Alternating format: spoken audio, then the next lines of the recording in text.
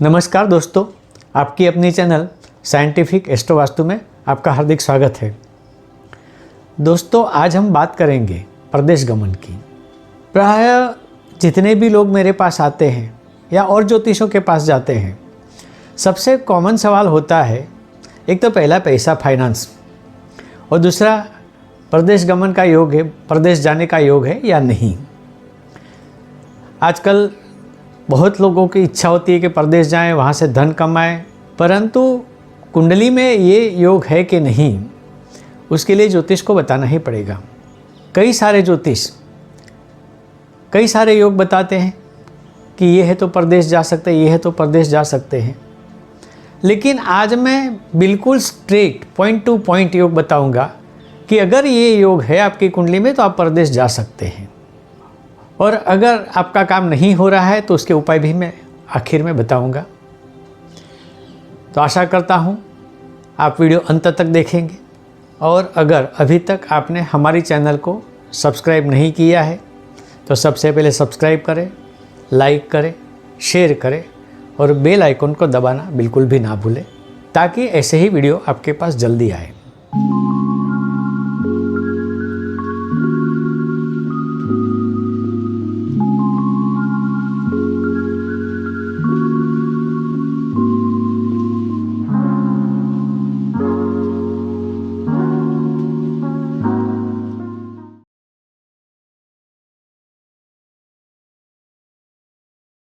तो दोस्तों, शुरू करते हैं। प्रदेश गमन के योग कैसे होते हैं, कहाँ से देखना है और कैसे प्रेडिक्शन कर सकते हैं। दोस्तों, कई सारे ज्योतिष, कई सारे स्थान प्रदेश गमन के लिए कुंडली में होते हैं, ऐसा बताते हैं, लेकिन यहाँ मैं सिर्फ आपको 2 ही स्थान बताऊंगा कि जहाँ से आप प्रदेश गमन का सटीक फलादेश कर सकते हैं। तो सबसे पहला है कुंडली का 7वां स्थान, जो कि प्रदेश गमन का होता है, और दूसरा स्थान है कुंडली का 12वां स्थान, जो प्रदेश गमन के लिए होता है। अब ये 2 स्थान ही क्यों होते हैं, इसके लिए भी बता देता हूँ मैं शॉर्ट में, कि आप जो कुछ कर रहे हैं वह 7वें स्थान से फलित होता है, पर 7वां स्थान मार्केश भी है। मार्केश यानी आपको मारने वाला या नुकसान करने वाला, यानी कि एक ज़माना था जब परदेश कोई जाता था तो लौटने की आशा कम रहती थी, यानी कि गया है तो गया है, वापस आएगा कि नहीं, नहीं पता। तो मार्ग स्थान का भी यही हाल है। अब 12वां स्थान तो मोक्ष का ही है, यानी यहाँ से जहाँ उसने जन्म लिया है वहाँ से उसका मोक्ष हो गया, बहुत दूर अंतर चला गया, और इसे हम प्रदेश ही कह सकते हैं। तो ये 2 स्थान साइंटिफिक रीत से सही में प्रदेश गमन के लिए ही बने हैं, और अगर आपको इसका फलित करना है तो आपको ये 2 स्थान पर ही ध्यान देना होगा। अब बताते हैं ग्रह कौन से हैं। यहाँ भी सिंपल है, मैं यहाँ भी 2 ही ग्रह बताऊंगा। पहला ग्रह है शनि।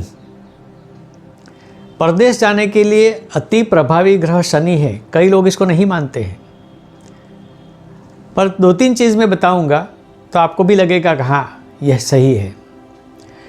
एक तो शनि सबसे दूर का ग्रह है, यानी पृथ्वी से सबसे ज़्यादा अंतर शनि का है। प्रदेश यानी हम बहुत दूर चले जाते हैं हमारा स्थान छोड़ के, तो पहला तो ये कारण हो गया। दूसरा कारण यह है कि शनि कठिन परिश्रम का कारक है, और आप सभी जानते हैं कि प्रदेश में जाने वाले को कठिन परिश्रम ही करना पड़ता है। इंडिया जैसी साहिबी नहीं है, वहाँ आराम से काम नहीं चलता है, किया तो किया, नहीं किया तो कोई बात नहीं। ये प्रदेश में नहीं है। तीसरी और अहम बात है शनि के लिए, शनि का जब जन्म हुआ था सूर्यलोक में, तभी उसको सूर्यलोक छोड़ना पड़ा था, और उसकी माता छाया ने उसे एक अंधेरे जगह पे ले जाके उसको बड़ा किया था, यानी कि घर से दूर रहा था। बड़ा हुआ सूर्यलोक में वापस उसको स्थान मिला कुछ कार्यों के लिए, यानी उसकी दूसरी माता संध्या, भाई यम, बहन यमी, और वो कार्य उसने पूर्ण भी किया। उसके बाद में सूर्य ने उसको सूर्यलोक में रहने को कहा, लेकिन शनि ने वो प्रस्ताव ठुकरा दिया, यानी कि जहाँ जन्म हुआ था वहाँ रहा ही नहीं है। और परदेश गमन भी यही कहता है कि आप जहाँ जन्मे हैं, जहाँ है आपका स्थान, वहाँ आप नहीं रहते, वहाँ कहीं दूर चले जाते हैं। तो शनि सबसे महत्व का ग्रह है परदेश गमन के लिए। अब दूसरा ग्रह है चंद्र। आप सब जानते हैं चंद्र प्रवास का कारक है, मुसाफरी का कारक है। इसमें भी लंबी मुसाफरी करनी पड़ती है, तो चंद्र का ये एक कारण है। चंद्र का दूसरा कारण है, ये जल तत्व है, पानी है। और आज तो फ्लाइट में जाते हैं लोग, लेकिन एक ज़माना था जब दरियाई रास्ते से ही जाना पड़ता था, यानी जल मार्ग से ही प्रदेश जाते थे। तो दूसरा कारण है चंद्र, क्योंकि हम हमेशा बोलते हैं दरिया पार जाना है, यानी आपको पानी के माध्यम से दूर जाना है। तो चंद्र भी एक कारक है प्रदेश गमन के लिए। अब दो स्थान मैंने बताया, 7वां और 12वां। इसमें शनि या चंद्र अधिपति हो या तो फिर वहाँ स्थित हो, तो प्रदेश गमन का योग अच्छे से बनाते हैं। अब दूसरा सवाल ये है, सवाल तो कॉमन है कि परदेश जा सकते हैं या नहीं, लेकिन परदेश जाने के लिए अलग अलग कारण होते हैं। कौन किस कारण से जाना चाहता है, कौन किस कारण से जाना चाहता है, वो भी जानना जरूरी है। परदेश जाने के लिए सबसे पहला कारण है अभ्यास के लिए। अभ्यास का स्थान कुंडली में 5वां है। तो 5वें स्थान का अधिपति या 5वें स्थान में स्थित जो भी ग्रह है, उनका संबंध 7वें स्थान से या 12वें स्थान से होता है, उनके अधिपति से होता है, या वहाँ रहे ग्रहों से होता है। ये संबंध चाहे सीधा हो चाहे घुमा के आता हो, लेकिन कहीं ना कहीं ये संबंध होता है। तो यह जातक अभ्यास के लिए परदेश जरूर जा सकता है।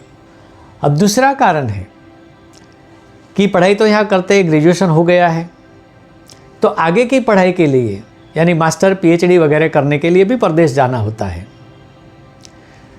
इसका जो स्थान है वो 5वां नहीं है, ये 8वां स्थान है। रिसर्च यानी कि आपको खोजना है, रहस्य की बात है, 8वां स्थान रहस्य का है।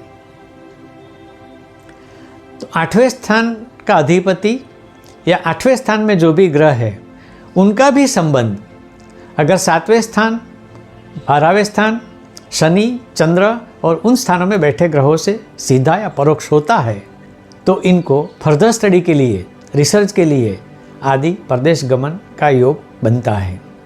तीसरा कारण है नौकरी के लिए जाना है, सर्विस के लिए जाना है, वहाँ जाके सर्विस ढूंढते हैं, या यहाँ से सर्विस पक्की होती है और वहाँ जाते हैं, कोई भी कारण हो।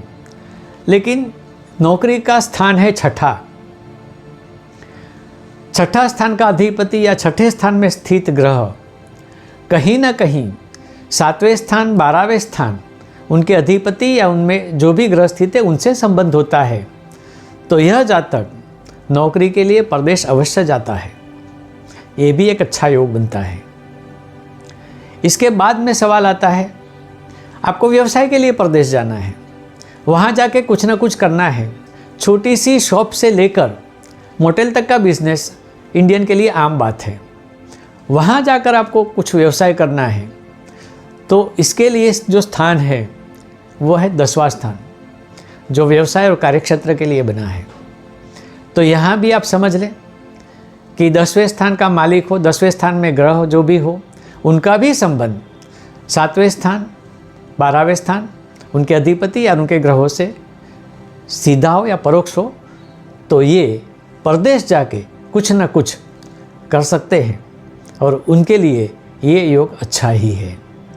इसके बाद और एक कारण आता है, लोग विवाह करके वहाँ सेटल होना चाहते हैं, तो विवाह के लिए भी परदेश योग देखा जाता है।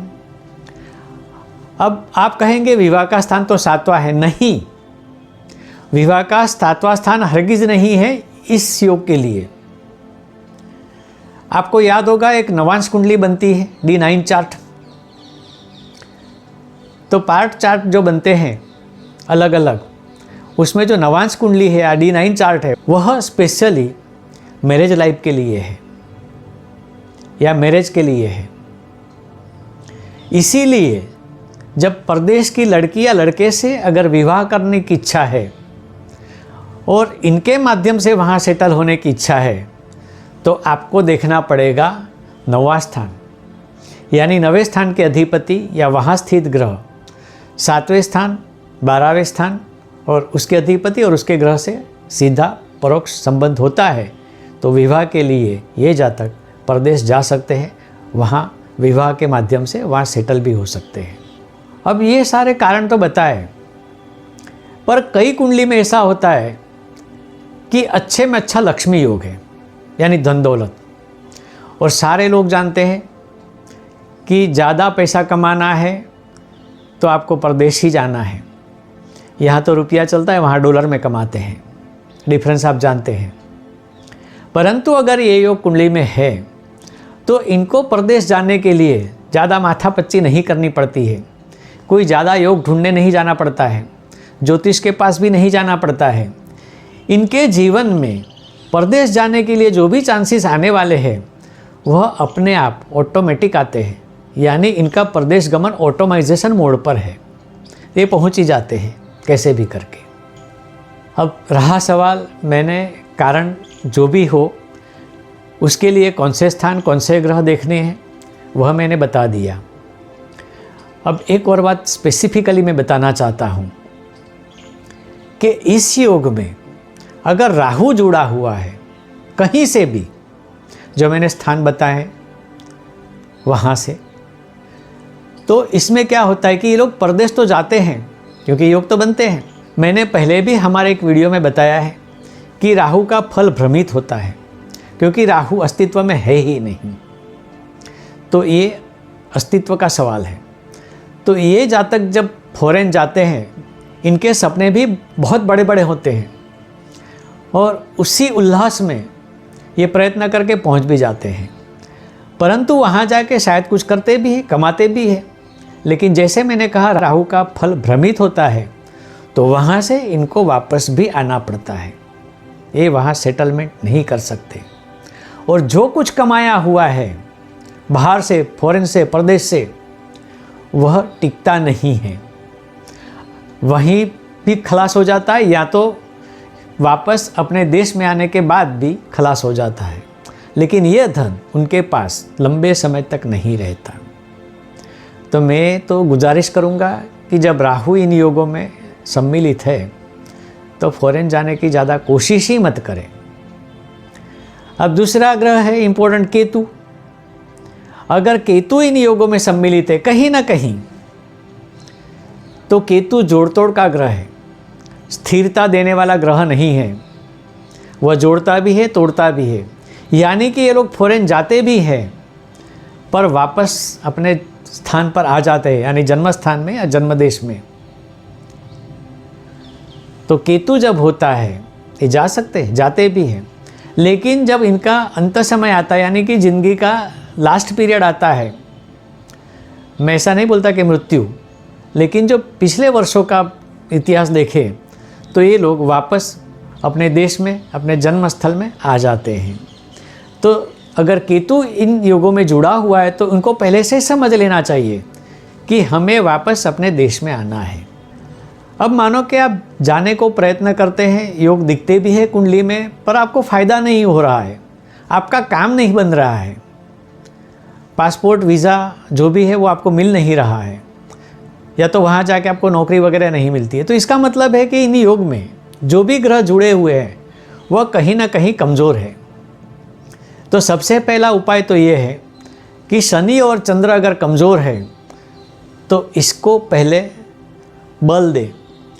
जो उपाय करना है, शनि को बल देने के लिए उपाय करना है, चंद्र को बल देने के लिए उपाय करना है। दूसरा, जो 7वां और 12वां स्थान के अधिपति है वह भी कमज़ोर है, तो उनको भी आपको मजबूत करना है। तीसरा उपाय जो है वह अन्य ग्रहों के लिए है, यानी कि जो योग मैंने बताए हैं उसमें जो भी ग्रह कमज़ोर पड़ते हैं उसको आप बल दें, उसको मजबूत करें। ऐसे ही उपाय आपको करने चाहिए। लेकिन दोस्तों ये जो उपाय है वो कॉमन है, सामान्य है, और सामान्य सिद्धांतों पर हमने ये बताया है। लेकिन अगर सही उपाय करना है, अगर आपका काम होता नहीं है, परदेश गमन के लिए अवरोध आते हैं, तो जब तक जातक की कुंडली का अभ्यास पूर्ण रूप से नहीं होता तब तक सही उपाय भी नहीं दे सकते। तो एक गुजारिश ये भी है कि अगर आपको हमारे से कंसल्ट करना है, परामर्श करना है, तो मेरे दिए गए नंबर पर आप कांटेक्ट कर सकते हैं, व्हाट्सएप भेज सकते हैं, ये हो सकता है। और यहाँ एक स्पेसिफिकली मैं बताना चाहता हूँ कि जो राहु के फल भ्रमित होते हैं उसके लिए मैंने एक वीडियो रखा है। उसके लिए मैं एक आई बटन पर दूंगा, या तो रेट्रो में भी आपको उसका उल्लेख मिलेगा। आप ये वीडियो ज़रूर देखें ताकि आपको पता चले कि राहु केतु फल कैसे देते हैं। तो दोस्तों आज के वीडियो में बस इतना ही। लेकिन अभी तक हमारी चैनल को आपने सब्सक्राइब नहीं किया है तो पहले सब्सक्राइब करें, लाइक करें, शेयर करें और बेल आइकन को दबाना न भूलें, ताकि ऐसे ही वीडियो आपके पास सबसे पहले ये जल्दी से जल्दी आए। अगले वीडियो का इंतज़ार करें। तब तक के लिए दोस्तों नमस्कार।